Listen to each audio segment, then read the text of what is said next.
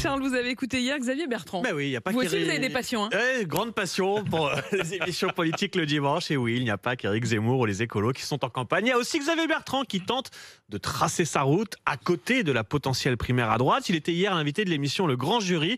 Et Xavier Bertrand, c'est d'abord un style tout en modestie au sujet de sa candidature. Bonjour Xavier Bertrand. Bonjour. Est-ce que vous avez toujours voulu être président de la République? Non, certainement pas. Mais au fil du temps, des responsabilités ministérielles, et notamment pendant le quinquennat de Nicolas Sarkozy, je voyais les crises qu'il fallait affronter, je voyais le courage qui était le sien, et je me suis demandé autour de la table, les uns et les autres, qui aurait le courage de porter ses réformes ou de faire ses choix. Je pense l'avoir. Je pense avoir ce courage. C'est pour ça qu'aujourd'hui, je suis candidat.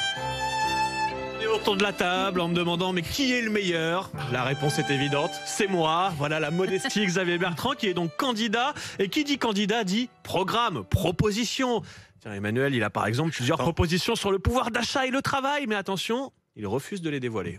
Je proposerai des idées claires pour permettre d'améliorer le niveau de vie des Français. Je vais faire des propositions très claires sur le travail. Je ferai des propositions très précises sur ce que j'appelle le pouvoir de vivre. Faites-les les Chaque propositions. semaine. Vous êtes ici. Faites-les les propositions parce que si vous allez les faire, dites-nous. Avant l'heure, c'est pas l'heure. J'aurai l'occasion de vous faire des propositions très prochainement. C'est pas la peine, je vous l'ai dit. Non, mais je suis au grand jury, je suis pas au grand concours Lépine. Des propositions.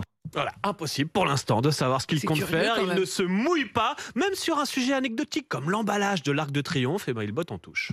Ou contre l'empaquetage d'un monument français comme l'Arc de Triomphe aujourd'hui? Mon Dieu, mon Dieu, mon Dieu, mon Dieu. Président, vous le feriez ou pas pour un autre Je ne me monument suis pas français? posé cette question, je vous promets d'y réfléchir et de vous dire. Voilà, c'est peut-être le seul Français qui n'a pas d'avis sur la question. Vous l'entendez, il est tout en contrôle, ne surtout pas trop en dire, mais même quand on fait très attention, ça n'empêche pas de glisser et de commettre un petit lapsus. Je ne vais pas gagner seul, et si les Français me font confiance... Et si les Français me font confiance... Voilà, bon, bien rattrapé, mais attention, le contrôle n'empêche pas, c'est sa citation préférée d'Apolline. La confiance n'exclut pas le contrôle. exactement, c'est très important vis-à-vis des enfants.